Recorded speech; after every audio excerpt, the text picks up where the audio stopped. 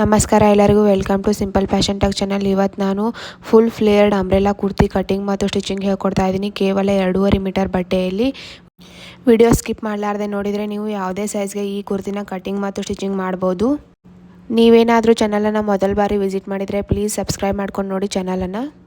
ಇಲ್ಲಿ ನಾನು ತೊಗೊಂಡಿರೋ ಬಟ್ಟೆ 2.5 ಮೀಟರ್ ಇದೆ. ಈಗ ನಾನು ಉದ್ದಕ್ಕೆ 2 ಫೋಲ್ಡ್ ಮಾಡ್ಕೊಂಡಿದ್ದೀನಿ. ಈಗ ನಾನು ವಿಡ್ತಿಗೆ 4 ಫೋಲ್ಡ್ ಮಾಡ್ಕೋತೀನಿ. ಈ ಥರ ಈ ಫ್ಯಾಬ್ರಿಕನ್ನು ಎತ್ತಿ ಈ ಕಡೆ 4 ಫೋಲ್ಡ್ ಮಾಡ್ಕೋಬೇಕು. ಈ ಕಡೆ ಓಪನ್ ಸೈಡ್ ಇದೆ, ಈ ಕಡೆ ಫೋಲ್ಡ್ ಸೈಡ್ ಇದೆ. ಈಗ ನಾವು ಫೋಲ್ಡ್ ಸೈಡ್ದಿಂದ 15 ಇಂಚಿಗೆ ಮಾರ್ಕ್ ಮಾಡಬೇಕು, ಯಾಕಂದರೆ ಅಪ್ಪರ್ ಬಾಡಿ ಪಾರ್ಟ್ ಮತ್ತು ಸ್ಲೀವ್ಸ್ ಕಟ್ ಸಲುವಾಗಿ. ಈಗ ನಾನು ಶೋಲ್ಡರ್ದಿಂದ 15 ಇಂಚಿಗೆ ಮಾರ್ಕ್ ಮಾಡ್ತಾ ಇದ್ದೀನಿ. ಇಲ್ಲಿ 15 ಇಂಚಿಗೆ ಮಾರ್ಕ್ ಮಾಡಿ ಫ್ಯಾಬ್ರಿಕನ್ನು ಸೆಪ್ರೇಟಾಗಿ ಕಟ್ ಮಾಡ್ಕೋತೀನಿ. ಇಲ್ಲಿ 15 ಇಂಚು ಕಟ್ ಮಾಡಿದ್ದೀವಿ. ಆ ಫ್ಯಾಬ್ರಿಕಲ್ಲಿ ನಾವು ಅಪ್ಪರ್ ಬಾಡಿ ಪಾರ್ಟ್ ಮತ್ತು ಸ್ಲೀವ್ಸನ್ನು ಕಟ್ ಮಾಡ್ಕೋಬೇಕು ಮತ್ತು ಕೆಳಗಡೆ ಬಾಟಮ್ ಪಾರ್ಟನ್ನು ಕಟಿಂಗ್ ಮಾಡ್ಕೋಬೇಕು. ಇಲ್ಲಿ ನಾನು ಚೆಸ್ಟ್ ಅಕಾರ್ಡಿಂಗ್ ಬಟ್ಟೆನ 4 ಫೋಲ್ಡ್ ಮಾಡಿ ಕಟ್ ಮಾಡ್ಕೋತಾ ಇದ್ದೀನಿ. ಮತ್ತು ಇಲ್ಲಿ ಉಳಿದಿರೋ ಬಟ್ಟೆನಲ್ಲಿ ಸ್ಲೀವ್ಸ್ ಕಟ್ ಮಾಡ್ಕೊಳ್ಳೋಣ. ಆಮೇಲೆ ಅಪ್ಪರ್ ಬಾಡಿ ಪಾರ್ಟನ್ನು ಕಟ್ ಮಾಡ್ಕೊಳ್ಳೋ ಸಲುವಾಗಿ ನಾನಿಲ್ಲಿ ಫ್ಯಾಬ್ರಿಕಲ್ಲಿ 4 ಫೋಲ್ಡ್ ಮಾಡ್ಕೊಂಡಿದ್ದೀನಿ. ಈ ಕಡೆ ಫೋಲ್ಡ್ ಸೈಡ್ ಇದೆ. ಇಲ್ಲಿಂದ ಶೋಲ್ಡರ್ ಮಾರ್ಕ್ ಮಾಡೋಣ. ಈಗ ಶೋಲ್ಡರ್ ಇದೆ 13 ಇಂಚ್, ಅದರಲ್ಲಿ ಹಾಫ್ ಮಾಡಿ ನಾನು 6.5 ಇಂಚಿಗೆ ಮಾರ್ಕ್ ಮಾಡ್ತಾ ಇದ್ದೀನಿ. ಮತ್ತು ಇದೇ ಪಾಯಿಂಟಿಂದ ನಾನು ಆರ್ಮೋಲನ್ನು 6.5 ಇಂಚಿಗೆ ಮಾರ್ಕ್ ಮಾಡಿದ್ದೀನಿ. ನಿಮ್ಮ ಅಳತೆ ಪ್ರಕಾರ ಎಷ್ಟಿದೆ ಶೋಲ್ಡರನ್ನು ಅರ್ಧ ಮಾಡಿ ಇಲ್ಲಿ ಮಾರ್ಕ್ ಮಾಡಬೇಕು ಮತ್ತು ಶೋಲ್ಡರ್ ಎಷ್ಟಿರುತ್ತೆ ಅಷ್ಟೇ ಆರ್ಮೋಲನ್ನು ಕೂಡ ಮಾರ್ಕ್ ಮಾಡಬೇಕು. ಇಲ್ಲಿ ಚೆಸ್ಟನ್ನು ನಾನು 11 ಇಂಚಿಗೆ ಮಾರ್ಕ್ ಮಾಡ್ತಾ ಇದ್ದೀನಿ. ಚೆಸ್ಟ್ ರೌಂಡ್ ಎಷ್ಟಿರುತ್ತೋ ಅದನ್ನು 4ಇಂದ ಡಿವೈಡ್ ಮಾಡಿ ಪ್ಲಸ್ 2 ಇಂಚ್ ಮಾರ್ಜಿನನ್ನು ಆ್ಯಡ್ ಮಾಡಿ ಇಲ್ಲಿ ಮಾರ್ಕ್ ಮಾಡಬೇಕು.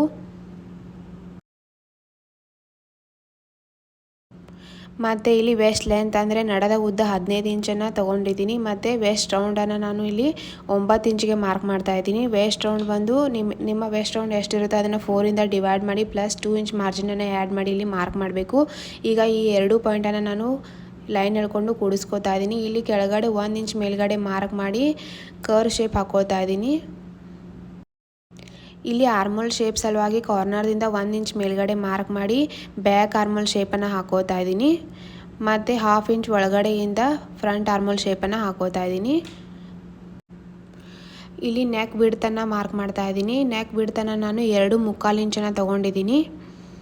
ನಾನು 2.25 ಇಂಚಿಗೆ ಇಲ್ಲಿ ಮಾರ್ಕ್ ಮಾಡ್ತಾ ಇದ್ದೀನಿ. ಮತ್ತು ಫ್ರಂಟ್ ನೆಕ್ ಡೆಪ್ತನ್ನು ನಾನು 6 ಇಂಚಿಗೆ ಮಾರ್ಕ್ ಮಾಡ್ತಾ ಇದ್ದೀನಿ. ಹಾಗೆ ಬ್ಯಾಕ್ ನೆಕ್ ಡೆಪ್ತನ್ನು ನಾನು 4 ಇಂಚಿಗೆ ಮಾರ್ಕ್ ಮಾಡ್ತಾ ಇದ್ದೀನಿ. ಮತ್ತು ಬ್ಯಾಕ್ ನೆಕ್ಕಲ್ಲಿ ರೌಂಡ್ ಶೇಪಲ್ಲಿ ಶೇಪ್ ಹಾಕೋತಾ ಇದ್ದೀನಿ. ಮತ್ತು ಫ್ರಂಟಲ್ಲಿ ಒಂದು ಸ್ವಲ್ಪ ಕರ್ವಲ್ಲಿ ಒಂದು ಸ್ವಲ್ಪ ವಿ ಶೇಪಲ್ಲಿ ಹಾಕೋತಾ ಇದ್ದೀನಿ. ಈಗ ಬ್ಯಾಕ್ ನೆಕ್ ಮತ್ತು ಬ್ಯಾಕ್ ಆರ್ಮೋಲಿಂದ ಕಟ್ಟಿಂಗ್ ಮಾಡ್ಕೋಬೇಕು.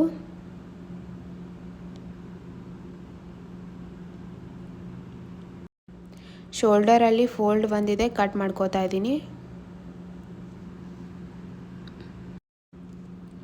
ಈಗ ಫ್ರಂಟ್ ನೆಕ್ ಮತ್ತು ಫ್ರಂಟ್ ಆರ್ಮೋಲ್ ಶೇಪನ್ನು ಕಟಿಂಗ್ ಮಾಡ್ಕೊಳ್ಳೋ ಸಲುವಾಗಿ ಬ್ಯಾಕ್ ಪಾರ್ಟನ್ನು ತೆಗೆದು ಇಟ್ಕೋತಾ ಇದ್ದೀನಿ. ಮತ್ತು ನೀಟಾಗಿ ಫೋಲ್ಡ್ ಮಾಡಿಕೊಂಡು ಫ್ರಂಟ್ ನೆಕ್ ಮತ್ತು ಫ್ರಂಟ್ ಆರ್ಮೋಲ್ ಶೇಪನ್ನು ಕಟಿಂಗ್ ಮಾಡ್ಕೋತಾ ಇದ್ದೀನಿ.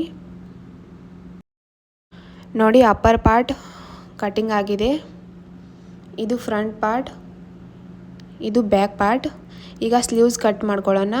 ಈ ಕಡೆ ಓಪನ್ ಸೈಡ್ ಇದೆ, ಈ ಕಡೆ ಫೋಲ್ಡ್ ಸೈಡ್ ಇದೆ. ನಾನು 4 ಫೋಲ್ಡ್ ಮಾಡ್ಕೊಂಡಿದ್ದೀನಿ ಫ್ಯಾಬ್ರಿಕಲ್ಲಿ.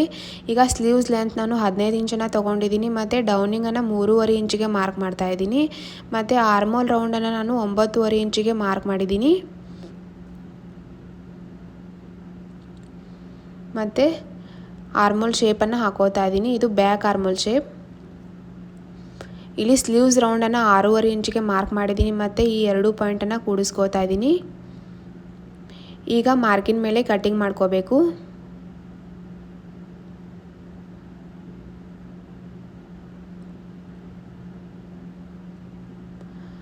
ಈಗ ಫ್ರಂಟ್ ಆರ್ಮೋಲ್ ಶೇಪನ್ನು ಕಟಿಂಗ್ ಮಾಡ್ಕೊಳ್ಬೇಕಾದ್ರೆ ಬಟ್ಟೆ ಉಲ್ಟಾ ಸೈಡ್ ಇಲ್ಲ ಸೀದಾ ಸೈಡ್ ಒಳಗಡೆ ಇರಬೇಕು. ಈಗ ಫ್ರಂಟ್ ಆರ್ಮೋಲ್ ಶೇಪನ್ನು ಶೇಪ್ ಹಾಕ್ಕೊಂಡು ಅದ್ರ ಮೇಲೆ ಕಟಿಂಗ್ ಮಾಡ್ಕೋತಾ ಇದ್ದೀನಿ. ಮತ್ತು ಇಲ್ಲಿ ಸೆಂಟರ್ಗೆ ನಾಚ್ ಹಾಕೋತಾ ಇದ್ದೀನಿ. ಈಗ ಸ್ಲೀವ್ಸ್ ಕಟಿಂಗ್ ಆಗಿದೆ. ಈಗ ಬಾಟಮ್ ಪಾರ್ಟನ್ನು ಕಟ್ ಮಾಡ್ಕೊಳ್ಳೋಣ. ಇಲ್ಲಿ ಬಾಟಮ್ ಪಾರ್ಟನ್ನು ಕಟ್ ಮಾಡ್ಕೊಳ್ಳೋ ಸಲುವಾಗಿ ನಾನು ಫ್ರಂಟ್ ಪಾರ್ಟನ್ನು ತೊಗೊಂಡಿದ್ದೀನಿ. ಅದನ್ನು ಫೋಲ್ಡ್ ಸೈಡ್ ಕಡೆ ಫೋಲ್ಡ್ ಸೈಡನ್ನು ಇಟ್ಟಿದ್ದೀನಿ. ಈ ಕಡೆ ಫೋಲ್ಡ್ ಸೈಡ್ ಇದೆ, ಈ ಕಡೆ ಓಪನ್ ಸೈಡ್ ಇದೆ. ನಾನು ಅಪ್ಪರ್ ಪಾರ್ಟನ್ನು ಕೂಡ ಫೋಲ್ಡ್ ಸೈಡ್ ಯಾವ ಕಡೆ ಇದೆ ಆ ಕಡೆನೇ ಫೋಲ್ಡ್ ಸೈಡನ್ನು ಇಟ್ಟಿದ್ದೀನಿ. ಇಲ್ಲಿ 3.5 ಇಂಚಿಗೆ ನಾನು ಮಾರ್ಕ್ ಮಾಡ್ತಾ ಇದ್ದೀನಿ. ಇದು ಎಲ್ಲ ಸೈಜ್ಗೂ 3.5 ಇಂಚನ್ನು ಮಾರ್ಕ್ ಮಾಡಬೇಕು. ಇಲ್ಲಿ ಮೇಲೆ ಕೂಡ ನಾನು 3.5 ಇಂಚಿಗೆ ಮಾರ್ಕ್ ಮಾಡ್ತಾ ಇದ್ದೀನಿ. ಮತ್ತು ಇಲ್ಲಿ 3.5 ಇಂಚ್ ಮಾರ್ಕ್ ಮಾಡಿದ್ದೀವಿ. ಈ ಕಡೆ ಎಷ್ಟು ಇಂಚ್ ಉಳಿದಿದೆ ಅಂತ ನೋಡ್ತಾ ಇದ್ದೀನಿ. ಇಲ್ಲಿ 6 ಇಂಚ್ ಬಂದಿದೆ. ಅದೇ 6 ಇಂಚನ್ನು ನಾನು ಇಲ್ಲಿ ಆಪೋಸಿಟ್ ಸೈಡಲ್ಲಿ ಮಾರ್ಕ್ ಮಾಡಬೇಕು. ಇಲ್ಲಿ 6.5 ಇಂಚಿಗೆ ಮಾರ್ಕ್ ಮಾಡಬೇಕು. ಯಾಕಂದರೆ ಬಟ್ಟೆನ ಜಾಯಿಂಟ್ ಮಾಡುವಾಗ 1/2 ಇಂಚ್ ಎಕ್ಸ್ಟ್ರಾ ಬೇಕಾಗುತ್ತೆ. ಮತ್ತು ಈ 2 ಪಾಯಿಂಟನ್ನು ನಾನು ಲೈನ್ ಎಳ್ಕೊಂಡು ಕೂಡಿಸ್ಕೋತಾ ಇದ್ದೀನಿ.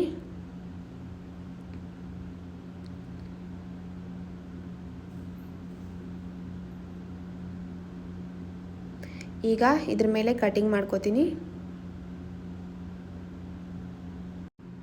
ಈಗ ಕಟಿಂಗ್ ಮಾಡ್ಕೊಂಡಿದ್ದೀನಿ. ಇದರಲ್ಲಿ ಕಟ್ ಆಗಿರೋ 4 ಪೀಸ್ ಬಂದಿವೆ ಮತ್ತು ಇದರಲ್ಲಿ ಕಟ್ ಆಗಿರೋ 2 ಪೀಸ್ ಬಂದಿವೆ.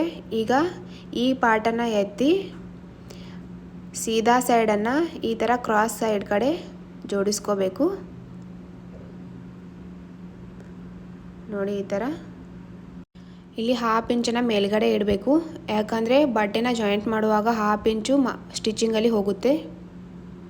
ಅದಕ್ಕಾಗಿ ನಾವು 6 ಇಂಚ್ ಬಂದಿರೋದಲ್ಲಿ 1/2 ಇಂಚನ್ನು ಎಕ್ಸ್ಟ್ರಾ ಕೂಡಿಸ್ಕೊಂಡು 6.5 ಇಂಚಿಗೆ ಮಾರ್ಕ್ ಮಾಡಿದ್ದೀವಿ ಬಾಟಮಲ್ಲಿ. ಇಲ್ಲಿ ನೋಡಿ ಫೋಲ್ಡ್ ಪಾರ್ಟಲ್ಲಿ 2 ಪೀಸ್ ಬಂದಿವೆ. ಇಲ್ಲಿ ಕಟ್ ಪಾರ್ಟಲ್ಲಿ 4 ಪೀಸ್ ಬಂದಿವೆ. ಈಗ ಫೋಲ್ಡ್ ಪಾರ್ಟಲ್ಲಿರೋ 1 ಪೀಸನ್ನು ತೆಗೆದಿಟ್ಕೊಳ್ಳೋಣ. ಇದರಲ್ಲಿ 2 ಪೀಸನ್ನು ತೆಗೆದಿಟ್ಕೊಳ್ಳೋಣ. ಈ ಕಡೆ 1 ಪೀಸನ್ನು ಈ ಥರ ಜಾಯಿಂಟ್ ಮಾಡಬೇಕು. ಫೋಲ್ಡ್ ಪಾರ್ಟಲ್ಲಿ ಏನು 2 ಪೀಸ್ ಬಂದಿವೆ ಅದರಲ್ಲಿ 1 ಪೀಸು ಸೆಂಟರಲ್ಲಿ ಬರುತ್ತೆ ಮತ್ತು ಈ ಕಡೆ ಇನ್ನೊಂದು ಪೀಸನ್ನು ಈ ಥರ ಜಾಯಿಂಟ್ ಮಾಡಬೇಕು. ಈ 3 ಪೀಸು ಫ್ರಂಟ್ ಪಾರ್ಟಲ್ಲಿ ಬರುತ್ತೆ ಮತ್ತು 3 ಪೀಸು ಬ್ಯಾಕ್ ಪಾರ್ಟಲ್ಲಿ ಬರುತ್ತೆ. ಈ ಥರ ಫ್ರಂಟ್ ಮತ್ತು ಬ್ಯಾಕ್ ಪಾರ್ಟಿಗೆ ಈ ಥರ ಜಾಯಿಂಟ್ ಮಾಡ್ಕೋಬೇಕು. ಇಲ್ಲಿ 6 ಪೀಸು ನಮಗೆ ಕಟ್ಟಾಗಿ ಬಂದಿವೆ. ನೋಡಿ ನಾನಿಲ್ಲಿ ಜಾಯಿಂಟ್ ಮಾಡ್ಕೊಂಡಿದ್ದೀನಿ. ಈ ಥರ 3 ಪೀಸನ್ನು ಫ್ರಂಟ್ ಪಾರ್ಟಿಗೆ ಮತ್ತು 3 ಪೀಸನ್ನು ಬ್ಯಾಕ್ ಪಾರ್ಟಿಗೆ ಜಾಯಿಂಟ್ ಮಾಡ್ಕೋಬೇಕು. ಈ ಥರ ಸ್ಟಿಚ್ ಮಾಡಿರೋ ಬಟ್ಟೆನ ಈ ಥರ ಫೋಲ್ಡ್ ಮಾಡ್ಕೋಬೇಕು. ಸೆಂಟರಲ್ಲಿ ಬ್ಯಾಕ್ ಪಾರ್ಟ್ ಮತ್ತು ಫ್ರಂಟ್ ಪಾರ್ಟನ್ನು ಈ ಥರ ಸೆಂಟರಲ್ಲಿ ಫೋಲ್ಡ್ ಮಾಡಿಕೊಂಡು ಒಂದ್ರ ಮೇಲೆ ಒಂದು ಈ ಥರ ಇಟ್ಕೊಂಡು ಕೆಳಗಡೆ ಬಾಟಮಲ್ಲಿ ರೌಂಡ್ ಶೇಪ್ ಹಾಕೋಬೇಕು. ಶೇಪ್ ಹಾಕ್ಕೊಂಡು ಅದ್ರ ಮೇಲೆ ಕಟಿಂಗ್ ಮಾಡ್ಕೋತಾ ಇದ್ದೀನಿ. ಮತ್ತು ಈ ಕಡೆ ಕೂಡ ಒಂದು ಸ್ವಲ್ಪ 1 ಇಂಚ್ ಮೇಲ್ಗಡೆ ಕರ್ವ್ ಶೇಪಲ್ಲಿ ಶೇಪ್ ಹಾಕ್ಕೊಂಡು ಕಟ್ ಮಾಡ್ಕೋತಾ ಇದ್ದೀನಿ. ನೋಡಿ ಈ ಥರ ಬಂದಿವೆ ಬ್ಯಾಕ್ ಪಾರ್ಟ್ ಮತ್ತು ಫ್ರಂಟ್ ಪಾರ್ಟ್. ಈಗ ನಾನು ನೆಕ್ ಮಾಡ್ಕೊಳ್ಳೋ ಸಲುವಾಗಿ ಒಂದು ಸ್ಟ್ರಿಪ್ಪನ್ನು ತೊಗೊಂಡಿದ್ದೀನಿ. ಅದನ್ನೇ ಫೋಲ್ಡ್ ಮಾಡಿಕೊಂಡು ಫೋಲ್ಡ್ ಸೈಡ್ ಕಡೆ ಫೋಲ್ಡ್ ಸೈಡನ್ನು ಈ ಥರ ಕೆಳಗಡೆ ಇಟ್ಕೊಂಡು ನೆಕ್ ಶೇಪಲ್ಲಿ ಶೇಪ್ ಹಾಕ್ಕೊಂಡು ಕಟ್ ಮಾಡ್ಕೋತಾ ಇದ್ದೀನಿ. ಈಗ ಬ್ಯಾಕ್ ಪಾರ್ಟನ್ನು ಓಪನ್ ಮಾಡಿ ಸ್ಟ್ರಿಪ್ಪನ್ನು ಅದ್ರ ಮೇಲೆ ಈ ಥರ ನೀಟಾಗಿ ಇಟ್ಟು 1/4 ಇಂಚು ಮಾರ್ಜಿನನ್ನು ಬಿಟ್ಟು ಸ್ಟಿಚ್ ಹಾಕೋಬೇಕು. ಅದೇ ಥರ ನಾನಿಲ್ಲಿ ಫ್ರಂಟ್ ಪಾರ್ಟನ್ನು ತೊಗೊಂಡಿದ್ದೀನಿ ಮತ್ತು ಒಂದು ಸ್ಟ್ರಿಪ್ಪನ್ನು ಫೋಲ್ಡ್ ಮಾಡಿಕೊಂಡು ಅದರ ಕೆಳಗಡೆ ಈ ಥರ ಇಟ್ಟು ಅದನ್ನು ನೆಕ್ ಶೇಪಲ್ಲಿ ಶೇಪ್ ಹಾಕ್ಕೊಂಡು ಕಟ್ ಮಾಡ್ಕೋತಾ ಇದ್ದೀನಿ. ಮತ್ತು 1 ಇಂಚ್ ಮಾರ್ಜಿನನ್ನು ಬಿಟ್ಟು ಈ ಥರ ಕಟ್ ಮಾಡ್ಕೋತಾ ಇದ್ದೀನಿ. ಈಗ ಫ್ರಂಟ್ ಪಾರ್ಟನ್ನು ಓಪನ್ ಮಾಡಿ ಇದು ಸ್ಟ್ರಿಪ್ಪನ್ನು ಈ ಥರ ನೀಟಾಗಿ ಇಟ್ಕೊಂಡು 1/4 ಇಂಚ್ ಮಾರ್ಜಿನನ್ನು ಬಿಟ್ಟು ಸ್ಟಿಚ್ ಹಾಕೋಬೇಕು. ಇಲ್ಲಿ ಸ್ಟಿಚ್ ಹಾಕ್ಕೊಂಡಿದ್ದೀನಿ. ಇದು ಫ್ರಂಟ್ ಪಾರ್ಟ್. ಮತ್ತು ಇಲ್ಲಿ ಒಳಗಡೆ 2 ಫೋಲ್ಡ್ ಮಾಡಿಕೊಂಡು ಹ್ಯಾಂಡ್ ಸ್ಟಿಚ್ ಹಾಕೋಬೇಕು. ಇದು ಬ್ಯಾಕ್ ಪಾರ್ಟ್. ಈಗ ಶೋಲ್ಡರನ್ನು ಜಾಯಿಂಟ್ ಮಾಡ್ಕೋತೀನಿ 1/2 ಇಂಚು ಮಾರ್ಜಿನನ್ನು ಬಿಟ್ಟು. ಮತ್ತು ಈ ಥರ ಹೊಲಿಸ್ಕೊಂಡು ಇಲ್ಲಿ ಸೆಂಟರನ್ನು ನೋಡಿಕೊಂಡು ಸ್ಲೀವ್ಸನ್ನು ಜಾಯಿಂಟ್ ಮಾಡ್ಕೋಬೇಕು. ಫ್ರಂಟ್ ಆರ್ಮೋಲ್ ಶೇಪನ್ನು ಬ್ಯಾಕ್ ಆರ್ಮೋಲ್ ಶೇಪನ್ನು ನೋಡಿಕೊಂಡು ಸ್ಲೀವ್ಸ್ ಜಾಯಿಂಟ್ ಮಾಡ್ಕೋಬೇಕು. ಮತ್ತು ಸ್ಲೀವ್ಸ್ ಬಾಟಮಲ್ಲಿ ಈ ಥರ 2 ಫೋಲ್ಡ್ ಮಾಡ್ಕೋಬೇಕು. ಈಗ ನಾನು ಶೋಲ್ಡರನ್ನು ಜಾಯಿಂಟ್ ಮಾಡ್ಕೊಂಡಿದ್ದೀನಿ ಮತ್ತು ಸ್ಲೀವ್ಸನ್ನು ಕೂಡ ಜಾಯಿಂಟ್ ಮಾಡ್ಕೊಂಡಿದ್ದೀನಿ. ಈಗ ನಾನು ಬಾಟಮ್ ಪಾರ್ಟನ್ನು ಯಾವ ಥರ ಅಪ್ಪರ್ ಪಾರ್ಟಿಗೆ ಜಾಯಿಂಟ್ ಮಾಡಬೇಕು ಅಂತ ಹೇಳ್ಕೊಡ್ತಾ ಇದ್ದೀನಿ. ಇಲ್ಲಿ ನೋಡಿ ಈ ಥರ ಅಪ್ಪರ್ ಬಾಡಿ ಪಾರ್ಟನ್ನು ಇಟ್ಕೊಂಡು ಇಲ್ಲಿ ಶೇಪ್ ಹೇಗಿದೆ ಅದೇ ಥರ ಇಲ್ಲಿ ಸ್ಟಿಚ್ ಹಾಕೋಬೇಕು. 1/2 ಇಂಚ್ ಮಾರ್ಜಿನನ್ನು ಬಿಟ್ಟು ಅದೇ ಥರ ಇಲ್ಲಿ ಕೂಡ ಬ್ಯಾಕಲ್ಲಿ ಕೂಡ ಸ್ಟಿಚ್ ಹಾಕೋಬೇಕು.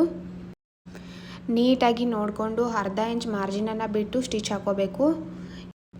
ಇಲ್ಲಿ ನಾನು 2 ಪಾರ್ಟನ್ನು ಜಾಯಿಂಟ್ ಮಾಡ್ಕೊಂಡಿದ್ದೀನಿ. ಈಗ ಕುರ್ತಿನ ಉಲ್ಟಾ ಮಾಡಿಕೊಂಡು ಫಿಟ್ಟಿಂಗ್ ಮಾಡ್ಕೋಬೇಕು.